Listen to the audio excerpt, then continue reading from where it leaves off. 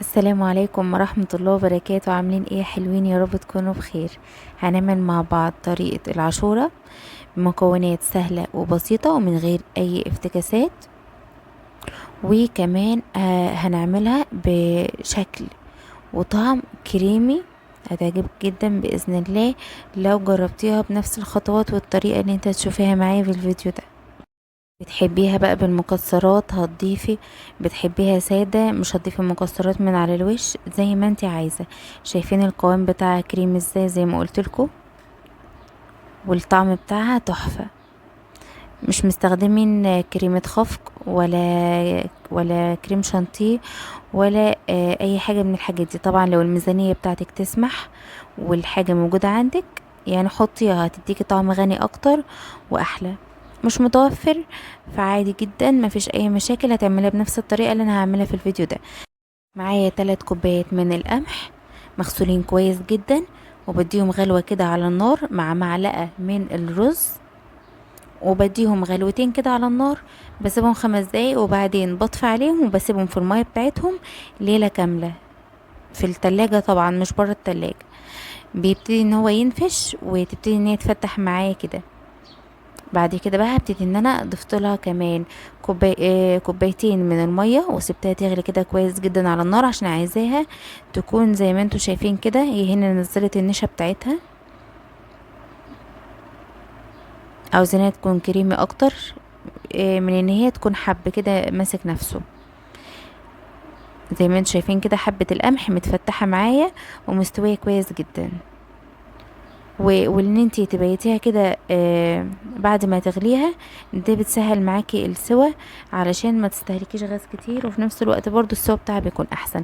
انا هنا زي ما قلت عاوزاها كريميه اكتر، فضربت نص الكميه بتاعتي في الكبه كده ضربه واحده بس، علشان اكون ضامنه ان هي تكون كريميه معايا خالص. شايفين هي كده احنا لسه مضفناش بقى للشا ولا ضفنا لبن ولا اي حاجه. يعني نبتدي ان احنا في الخطوه دي نضيف معايا لتر من اللبن. هضيف الحليب بتاعي او اللبن بتاعي زي ما انتم شايفين كده، وهبتدي ان انا اقلب. وخلي بالك من نوع الحله اللي انت بتستخدميها، علشان دايما ايدك كده تكون فيها علشان ما تلزقش منك او يشيط. على طول قلبي كده طول ما انت شغاله. هبتدي بقى ان انا اضيف السكر بتاعي واسيب البليله بتاعتي مع اللبن تغلي شويه كده علشان تاخد من طعم اللبن وتتشرب من اللبن كويس جدا. انا هنا كده ضفت السكر حسب الرغبه طبعا، وهفضل بقى اقلب كده على طول. ودي كده الفانيليا، بس ما ضفتش الفانيليا على طول. انا هنا قلنا سيبنا البليله مع اللبن تغلي كويس جدا لحد ما احس ان هي خلاص كده اتشربت منها كده وزادت سوا كمان. هبتدي بقى اضيف كده في الاخر خالص الفانيليا بتاعتي، وبعدين هنزل ب3 معالق كبار من النشا على شويه حليب كده، وهقلبهم كويس. حليب بارد مش سخن، او شويه ميه باردين برضو، وابتدي ان انا اقلبهم كويس جدا وانزل بيهم على العاشوره بتاعتي.